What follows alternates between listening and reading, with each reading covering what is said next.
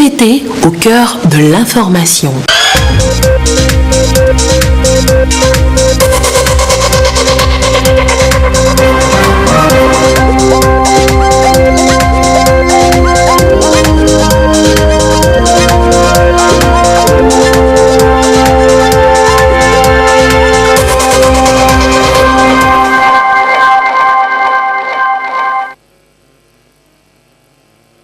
Voici d'abord les titres de ce journal. La campagne électorale est ouverte depuis ce jeudi au Togo. Les 7 candidats en lice pour le fauteuil présidentiel vont pendant 15 jours rencontrer l'électorat et essayer de convaincre avec leurs projets de société respectifs. Il n'y avait pas grande activité en ce premier jour. Nous ferons dans ce journal le tour de la ville à la recherche des affiches des candidats et également dans les états-majors des 7 prétendants au fauteuil présidentiel. Et puis l'on va parler également dans ce journal de financement des entreprises. Dans l'espace OADA, quelles sont les dispositions qui encadrent ce que l'on appelle le capital investissement? Un colloque en parle à Lomé, renseigne donc les entreprises depuis ce jeudi dans notre capitale. Bonsoir madame, bonsoir monsieur. Premier jour de campagne électorale au Togo pour une couverture médiatique professionnelle du processus. La haute autorité de l'audiovisuel et de la communication a accrédité certains organes de presse. Radio La Paix est retenue à Atapamé et une délégation de la HAC est passée ce jeudi rappeler aux professionnels de cette radio locale ce qui est attendu d'eux.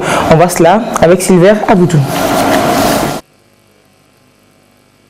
Elles sont 32 radios identifiées sur toute l'étendue du territoire national par la haute autorité de l'audiovisuel et de la communication RAC pour la couverture médiatique de la campagne électorale comptant pour la présidentielle de 2020.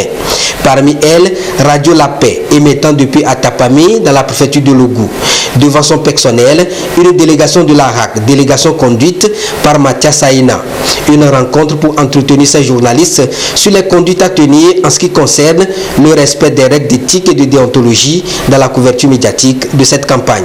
Ici, dans la préfecture de Logou, Radio La Paix a été identifiée comme partenaire de la HAC. Donc il y a un certain nombre de documents que nous l'avons remis. En l'occurrence, le recueil des textes de la HAC. Ce recueil contient tout le dispositif à mettre en place pour une radio, pour une couverture efficiente et efficace de la campagne. Ils doivent relayer les messages des candidats tels que diffusés sur les médias audiovisuels.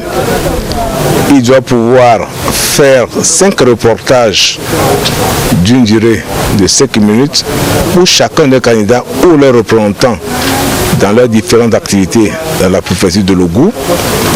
Ils ont la possibilité de faire des émissions en langue locale, c'est-à-dire les langues du milieu, pour expliquer ou pour recevoir les candidats ou leurs représentants. Certaines dispositions ont été également rappelées aux acteurs qui animent la vie de cette radio pour fournir des informations fiables et crédibles aux populations. C'est de respecter les règles du métier, la véracité, la vérification, l'impartialité, l'objectivité, faire en sorte que toute information qu'on reçoit, on la recoupe, de ne pas rapporter les propos haineux. Sur les meetings, les candidats peuvent se tirer à boulet rouge, mais le journaliste n'a pas le droit de rapporter les propos haineux. Et donc faire en sorte que la cohésion nationale soit maintenue, la réconciliation soit maintenue et que les idéaux prônés par le gouvernement soient respectés. La rencontre consiste aussi à amener ces journalistes à faire preuve de responsabilité dans la collecte et le traitement des informations ainsi que dans l'animation des émissions qu'ils vont produire, tout ceci pour préserver la paix et la cohésion sociale. Et les Togolais sont entrés ce jeudi dans la phase active du processus pour le choix du nouveau président de la République. Ils sont 7 en course, vous le savez. Et ils avaient 15 jours à partir de cette journée finissante pour séduire l'électorat avec leurs projets de société respectifs. Dès le matin, les premières affiches étaient visibles dans la capitale. Sonia Aminipo et une équipe de reportage de la TVT ont fait le tour. Voici le constat. Depuis 0 heure de ce jeudi 6 février, chacun des 7 candidats en lice pour la présidentielle du 22 février prochain affiche ses armes pour mobiliser son électorat. On observe déjà les premières affiches et posters des candidats sur les grands panneaux publicitaires. Dans les grandes artères que nous avons parcourues, elles se comptent au bout des doigts. En tout cas, le constat est visible. Pour ces premières heures de la campagne, 2 candidats se font remarquer. Fornia Simbe du parti Union pour la République et Jean-Pierre Fabre du parti Alliance nationale pour le changement ANC. On voit des affiches au bord de la route comme ça, oui, mais ça a commencé, mais il reste un peu. Oui, on va encore attendre les autres jours. Espérons donc que les prochains jours de la campagne, les autres candidats vont faire parler d'eux pour plus d'engouement. Et dans les états-majors des candidats, c'est plutôt timidement que l'on amorce cette phase. Il reste encore de derniers réglages à faire et on a fait le tour avec Medina Salami. Suivez plutôt. Premier jour de la campagne pour la présidentielle du 22 février. Ça et là, quelques affiches des candidats attirent les attentions. Nous sommes à l'état-major du Parti socialiste pour le renouveau. Ici, toutes nos excuses pour ce petit souci technique. Nous reviendrons sur ce sujet dans le courant de ce journal sans aucun doute. Et ces communiqués relatifs au processus électoral en cours. D'abord le communiqué du ministre de la Justice. Le communiqué dit ce qui suit. Depuis quelques mois, il nous a été donné de constater que des déclarations, propos et comportements de certains acteurs politiques et religieux sont de nature à troubler l'ordre public et la paix sociale. Cette situation s'amplifie au fur et à mesure que l'on avance dans le processus électoral en cours dans notre pays. En effet, quelques jours avant l'ouverture officielle de la campagne électorale pour l'élection présidentielle du 22 février 2020, un des candidats, avec l'appui d'un prélat, s'est illustré par des déclarations provocatrices qui frisent un appel à la sédition. En outre, ce même candidat et ce prélat ont fait un usage abusif des symboles et emblèmes de l'État, en l'occurrence le drapeau et l'hymne national. Ces agissements, à la limite de la légalité, appellent de la part du garde des Sceaux, ministre de la Justice, la nécessité d'un rappel à l'ordre et d'une invite à plus de responsabilité en ces périodes sensibles de l'histoire de notre pays. Il est évident que l'exercice de la liberté d'expression est un droit dans notre pays. Cependant, ce droit constitutionnel doit s'exercer dans le respect de la loi à laquelle est soumis tout citoyen, quel que soit son rang social. Le ministère de la Justice veillera par conséquent à l'application stricte de cette loi. Le garde des Sceaux, ministre de la Justice, en appelle à la sagesse et au bon sens de chaque acteur politique et de chaque citoyen pour la conduite d'un processus électoral exempt de violence de quelque nature que ce soit et de pratiques anti-républicaines en vue de préserver la paix et la sécurité dont notre pays, le Togo, a besoin pour poursuivre son développement. Le communiqué est signé du garde des Sceaux, ministre de la Justice, Kokouvi Agbetome. Et un autre communiqué de l'Union musulmane du Togo aux honorables imams des grandes mosquées et de toutes les préfectures du Togo. Le communiqué dit ce qui suit. Comme par habitude, à l'approche des grands événements heureux ou malheureux, la communauté musulmane s'est toujours confiée à Dieu, le très compatissant. En effet, le souverain des mondes entend tout et sait tout de chacun et de chaque peuple. Il est omniscient et omnipotent. Tout acte ne lui est pas inconnu et toute activité ne peut être menée sans sa connaissance. Ainsi donc, à l'approche de l'élection présidentielle, le bureau exécutif de l'Union musulmane du Togo implore l'aide de Dieu et demande à tous les fidèles musulmans de prier pour la consolidation de la paix avant, pendant et après l'élection. Le bureau de l'UMT demande à tous les honorables imams d'accomplir des invocations d'ensemble après les prières rituelles des vendredis 7, 14 et 21 février 2020. Qu'Allah le Tout-Puissant exauce toutes nos prières. Communiqué signé par El Hadj Inoussa Bouraïma, président de l'Union musulmane du Togo. L'un des défis principaux de toute entreprise est de trouver du financement pour ses activités.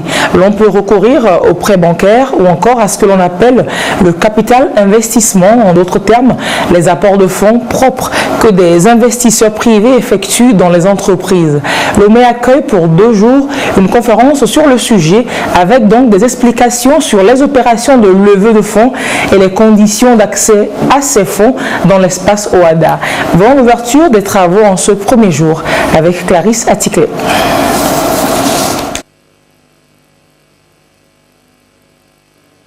En matière de financement des projets ou d'entreprises, les promoteurs ont souvent recours aux prêts bancaires et pourtant d'autres mécanismes de financement, notamment le capital investissement, existent et sont reconnus par l'Organisation pour l'harmonisation en Afrique du droit des affaires OADA.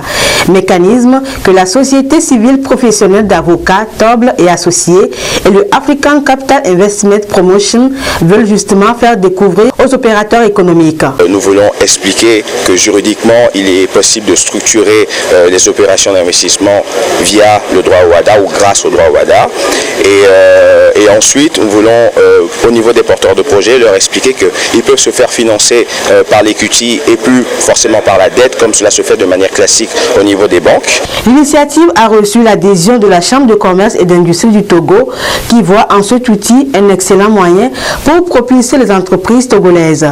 Le capital investissement constitue en effet des apports de fonds propres émanant des investisseurs privés. Il couvre entre autres les opérations de souscription, d'acquisition et de cession d'actions.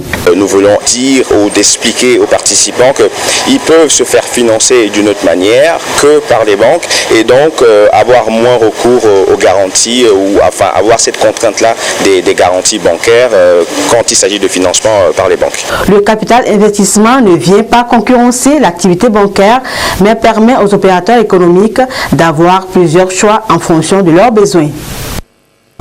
Et c'est à un fonds d'investissement de garantie que la Chambre de commerce et d'industrie du Togo pense aussi pour accompagner les opérateurs économiques, faciliter donc l'accès au financement des PME, PMI spécialement. Une étude commanditée pour la mise en place de ce fonds a été au centre d'échange lundi dernier à Lomé. Le point avec Bodo Ouaré. Les acquis du Forum économique Togo-UE se concrétisent. La Chambre de commerce et d'industrie du Togo a sollicité l'appui de l'Union européenne pour la mise en place d'un fonds d'investissement et de garantie pour les petites et moyennes entreprises et industries. Le mécanisme veut répondre aux besoins de financement des PME-PMI de façon consistante et efficace. Une étude de faisabilité a été réalisée dans ce sens et les résultats sont ici présentés aux opérateurs économiques. Quand on voit déjà le vivier d'entrepreneurs qu'il y a, la volonté de créer, la volonté d'avancer, rien n'est impossible. La question, c'est de convaincre les actionnaires d'apporter de l'argent dans ce fonds. C'est depuis l'année passée, 2019, que l'Union européenne a pris contact avec les gouvernements de Togo dans l'idée vraiment de soutenir le secteur privé et national et aussi sa collaboration avec les investisseurs européens pour faire du secteur privé et togolais une force pour le développement des pays. L'expert note un besoin de financement d'environ 8 milliards et tout est favorable à la mise en œuvre de ce fonds, notamment avec le faible taux d'inflation, les 25% de marché dédiés aux PME-PMI et une forte amélioration du climat des affaires. L'enjeu pour la CCIT est de renforcer les capacités d'apport du secteur privé à la réalisation du Plan national de développement PND. Le plan national de développement impulsé par le chef de l'État voudrait que les entreprises togolaises puissent être plus dynamiques et prennent une part plus importante en vue de rendre ce plan national de développement fiable et qui puisse atteindre ses objectifs. Et nous pensons que pour accompagner le gouvernement dans ce cet élan, nous devons avoir beaucoup d'initiatives. Et ces initiatives, c'est apporter un appui indispensable à l'ensemble des entreprises togolaises pour qu'elles puissent répondre à ce que l'État veut, à savoir créer la croissance. Ce projet d'investissement va d'ici peu permettre de mettre en place des entreprises solides capables de contribuer à la croissance économique du pays. Et la société civile a également besoin de fonds pour financer ses activités. Le PNUD vient d'octroyer environ 168 milliards de francs CFA à certaines structures actives en matière de protection de l'environnement. On voit cela avec Carmen Madjé à Kakou. Le PNUD s'engage une fois encore à contribuer au développement du Togo. 286 000 $ américains, soit environ 168 millions de francs CFA, mis à la disposition de 9 ONG et organisations de la société civile pour la réalisation de différents projets de développement durable et de protection de l'environnement. Il s'agira précisément pour ces ONG de contribuer à soutenir les initiatives communautaires de conservation et d'utilisation durable des ressources naturelles pour renforcer la résilience des populations.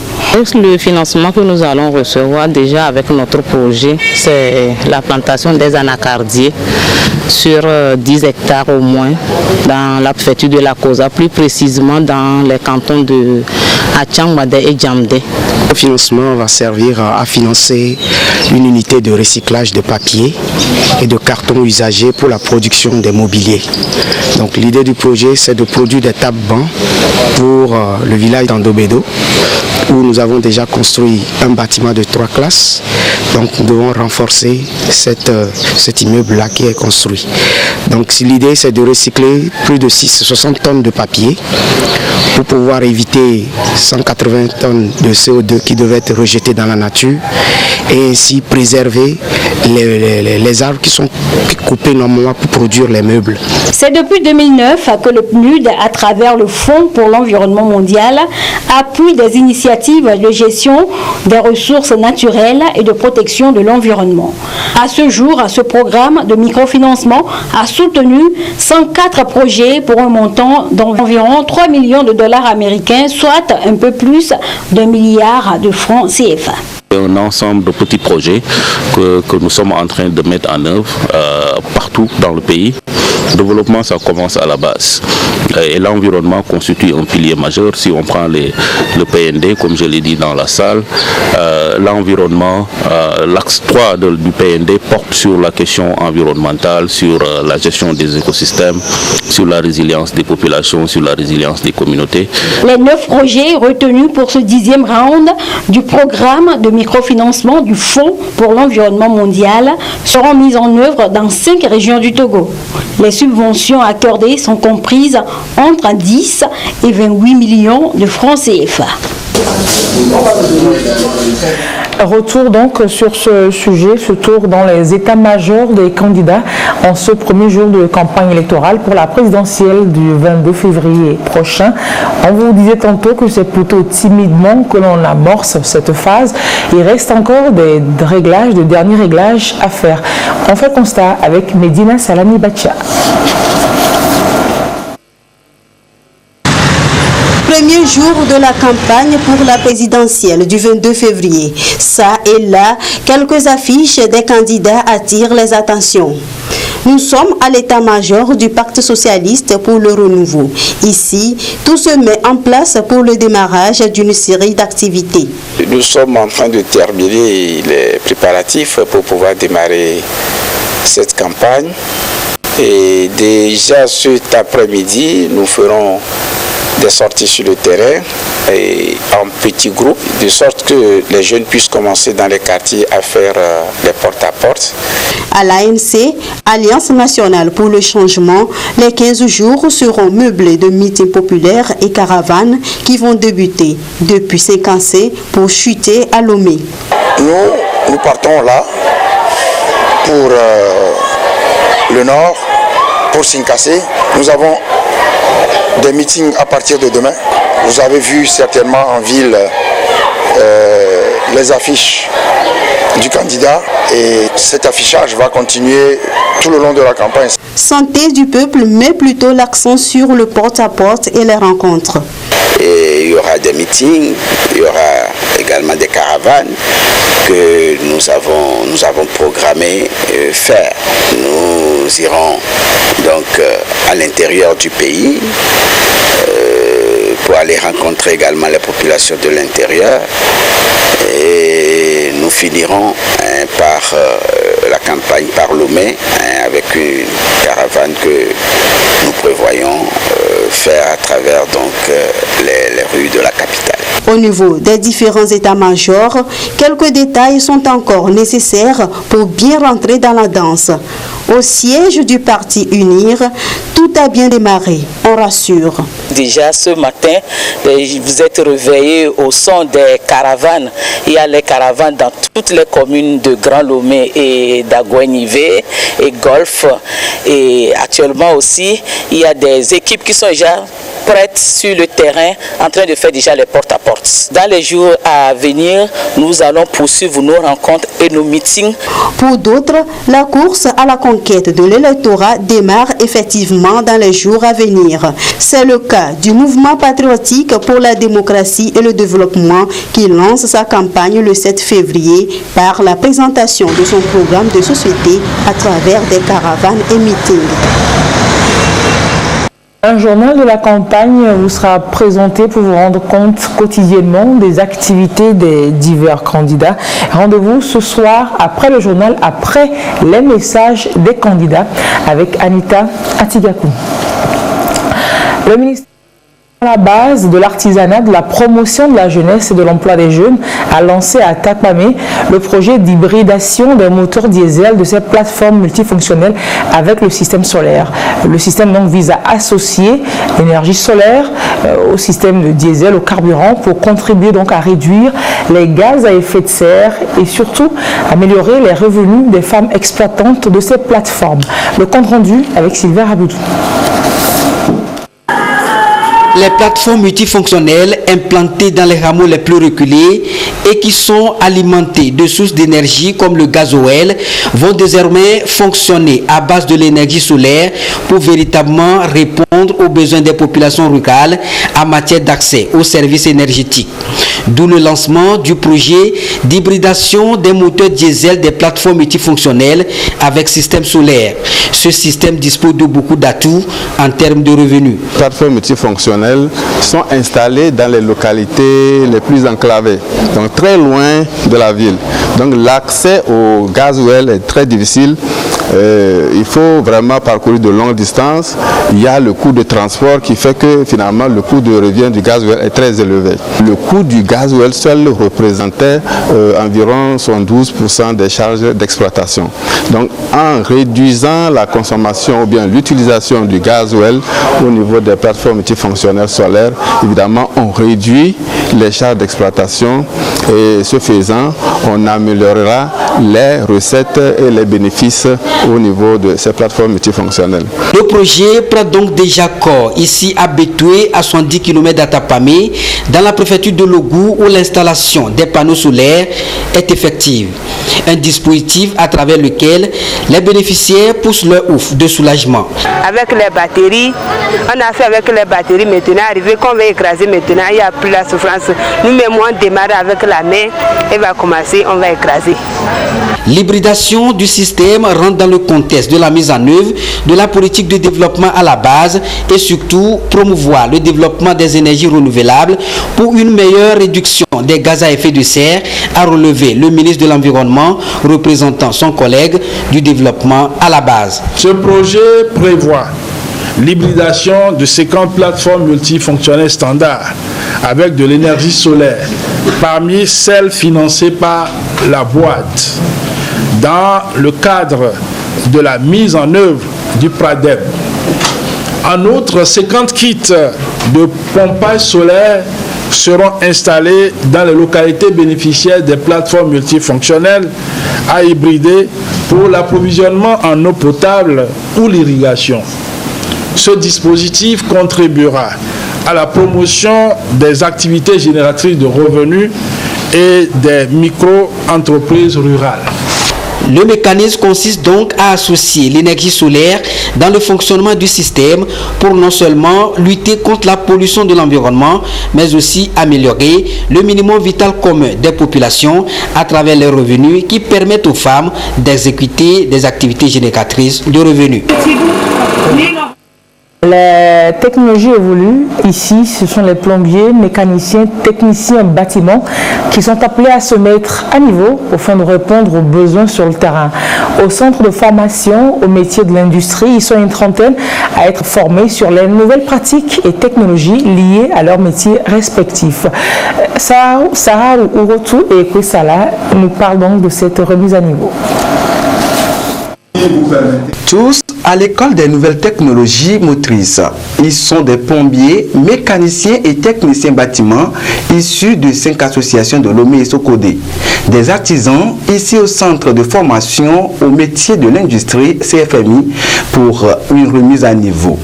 La formation devra leur permettre à terme de découvrir les nouvelles pratiques liées à leurs métiers respectifs.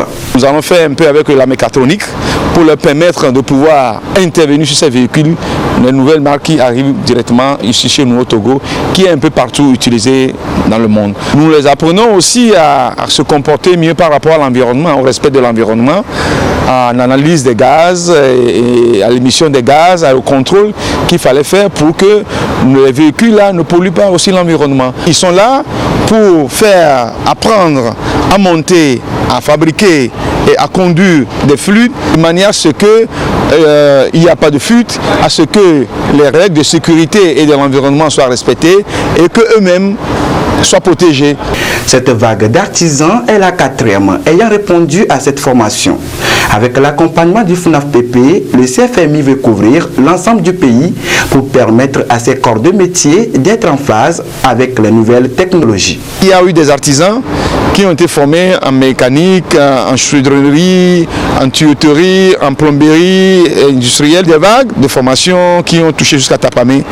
Et c'est le tour des gens de Sokodé, Kara, Mango, pour répondre aux besoins de la localité. 30% de théorie et 70% de pratique pour permettre aux participants de mieux rentabiliser les acquis. Les acteurs de la justice pour enfants font l'état des lieux de la situation des enfants au Togo, situation donc des droits de l'enfant au Togo, et surtout ils revisent les mesures à envisager pour mieux accompagner les enfants qui éventuellement seraient en conflit avec la loi en cette période électorale. On en parle avec Sandra Aziagbe. Les enfants dans les manifestations, cela se remarque parfois. Et pour mieux les protéger, les acteurs de la justice pour enfants renforcent leurs capacités. Ceci en vue d'une meilleure prise en charge efficace et efficiente des enfants pendant la période électorale. C'est un rappel qu'on fait sur les droits et les devoirs des enfants en lien avec la consolidation de la paix. Le traitement de ces enfants sur le terrain, on doit en faire en tenant compte des conventions que le Togo a signées et le rappel du traitement adéquat à faire à ces enfants pour les protéger surtout. Tous les acteurs auxquels nous avons fait face, nous leur demandons de réitérer, d'être notre voix sur le terrain et de faire un suivi de ce que nous sommes en train de leur dire. Un cri d'alarme est lancé pour qu'à tous les niveaux, les acteurs politiques puissent prendre des mesures idoines en tenant compte de l'extrême vulnérabilité de ces êtres. Ceci pour leur créer un environnement protecteur, tant sur le plan institutionnel que juridique. La même campagne de sensibilisation a été faite à Kara et à Atakpamé. 4 février, journée mondiale, journée donc mondialement consacrée à la prévention, à la détection, la lutte contre la stigmatisation et le traitement du cancer. Le thème cette année, je suis, je vais. La Ligue togolaise contre le cancer et l'association Espérance et Vie Nouvelle étaient mercredi à Badja. Badja, c'est à 40 km de Lomé pour marquer la célébration. Des cas de la maladie ou alors des suspicions de cancer de sein ont été détectés avec promesse de prise en charge par le chef canton. C'était lors du dépistage offert aux populations après exposé des experts sur la question. Elie Agbanyadao nous en parle. est l'une des maladies qui tuent souvent les femmes dans l'ignorance la plus totale à partir de 45 ans. Le cancer du sein, un problème de santé publique. La Ligue togolaise contre le cancer et l'association Espérance et Vie Nouvelle sensibilisent ici à Abadja la population sur les facteurs de risque du cancer et l'auto-examen des seins. Ce message est salutaire parce que dans mon village ici, il y a eu tant de victimes sur la question du cancer. Donc ce message est bienvenu et que j'espère bien que ma population est à l'écoute pour pouvoir apprendre d'amples trucs pour voir comment s'occuper de sa vie pour éviter ce cancer. Le dépistage aide à détecter le cancer de façon précoce. Meilleur moyen de limiter les conséquences de cette maladie. Le cancer, c'est la multiplication anarchique des cellules. C'est d'abord le cancer, il faudrait que la personne victime de ce cancer puisse avoir accès au traitement. Et c'est un traitement assez lourd. Donc, comment vivre? Il faut que la personne d'abord essaie d'accepter la maladie. L'acceptabilité de la maladie est très importante. Il faudrait qu'il bénéficie d'un bon traitement. Il faudrait que les malades de cancer écoutent surtout les spécialistes qui les prennent en charge. Dans ce domaine du cancer, le traitement doit être régulier. On parle de chaque 21 jours. Et si vous ratez une séance de chimiothérapie, vous devrez recommencer. Je vais, le thème retenu pour l'édition 2020. Le choix de Badja pour abriter cette sensibilisation dans le cadre de la Journée internationale du cancer n'est pas fortuit. Il y a de cela 3 ans, 3 cas de cancer ont été détectés dans cette localité. Oui. Tous les jeudis, en fin de journal, c'est la page des sports. Bonsoir Jean-Rédigi. Bonsoir Alice. On commence avec donc la journée internationale de la douane qui a été célébrée dimanche dernier et marquée par un match de football dans les savanes. Justement Alice, c'était à travers un match de football précédé d'un footing que les agents de la douane région des savanes ont célébré cette journée. La rencontre a opposé l'équipe des douaniers à celle des professionnels de taxi moto. Une rencontre ponctuée d'une séance de sensibilisation sur le rôle et la mission des services de douane. Compte rendu Chazna Baga.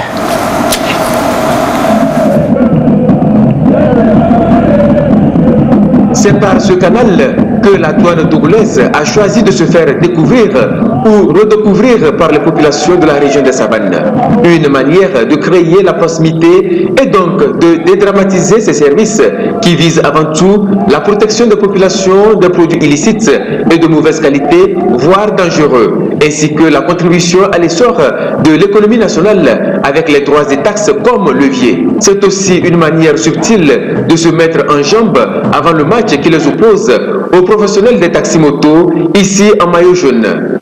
La rencontre s'inscrit dans le contexte de la célébration de la Journée internationale de la douane. Le thème retenu pour cette édition est la durabilité au cours de l'action douanière pour les personnes, la prospérité et la planète. À la pause, le public a eu droit à des informations pertinentes sur les métiers des douanes et des impôts. Un accent est mis sur les rôles et missions de la douane. La mission de la douane, qui est la collecte des recettes pour les comptes de l'État, afin de lui permettre de faire face à ses besoins sur le terrain, à savoir la construction d'écoles, de dispensaires, de routes, le paiement des agents de l'État et beaucoup d'autres.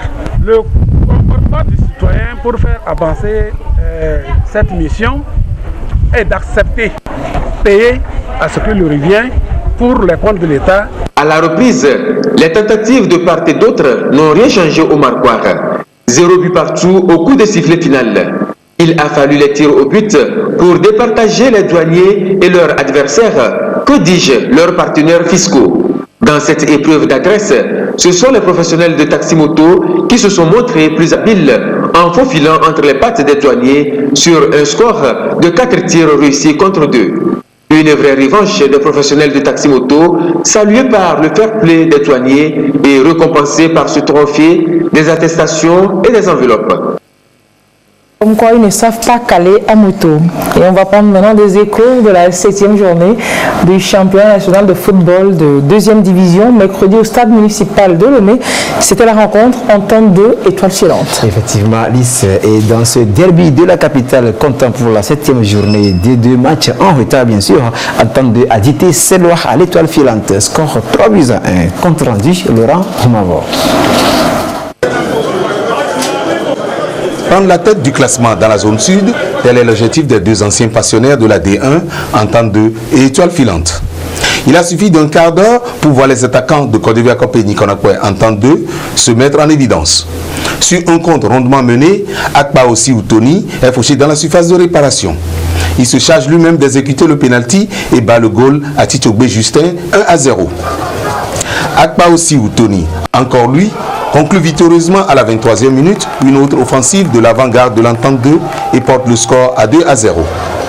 Dans le temps additionnel de la première période, Akakmo Justin assomme la défense de Viva Filante pour le 3-0. À la reprise, l'Étoile Filante pousse et obtient la réduction du score, plus précisément à la 57e minute, sur pénalty, réussi par Jean-Luc Perlas. Avec cette victoire, Entente 2 dévance son poursuivant immédiat Arabia FC de 4 points et plonge l'Étoile Filante à la 5e place du classement. Résultat dont se satisfait le staff technique de l'Entente 2. Déjà, ce match, on savait pertinemment que c'est un derby, il va falloir gagner coûte que coûte. Et tout au long de la semaine, le président nous a appelé pour nous dire qu'il veut cette victoire-là. L'Étoile Filante est contre Espoir que j'ai vu la fois passée.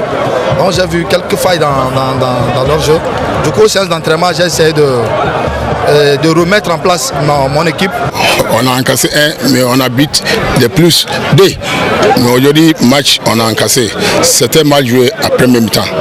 Bon, deuxième mi-temps, on a poussé beaucoup, mais pour tir là, c'était problème.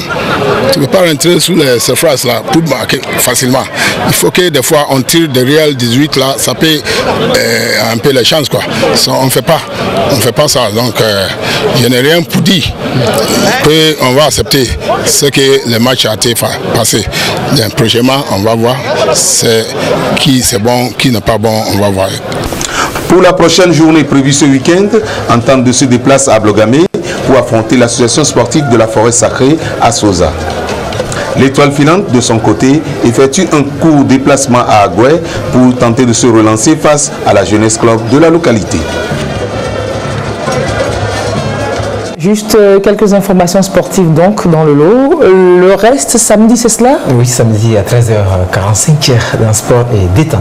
Nous serons à l'écoute sans faute. Très belle soirée. Et très belle soirée également à tous ceux qui ont suivi cette édition. À 22h30, vous avez rendez-vous avec Yata Aratem. Restez sur la TVT pour la suite de ces programmes. Au revoir et à très bientôt.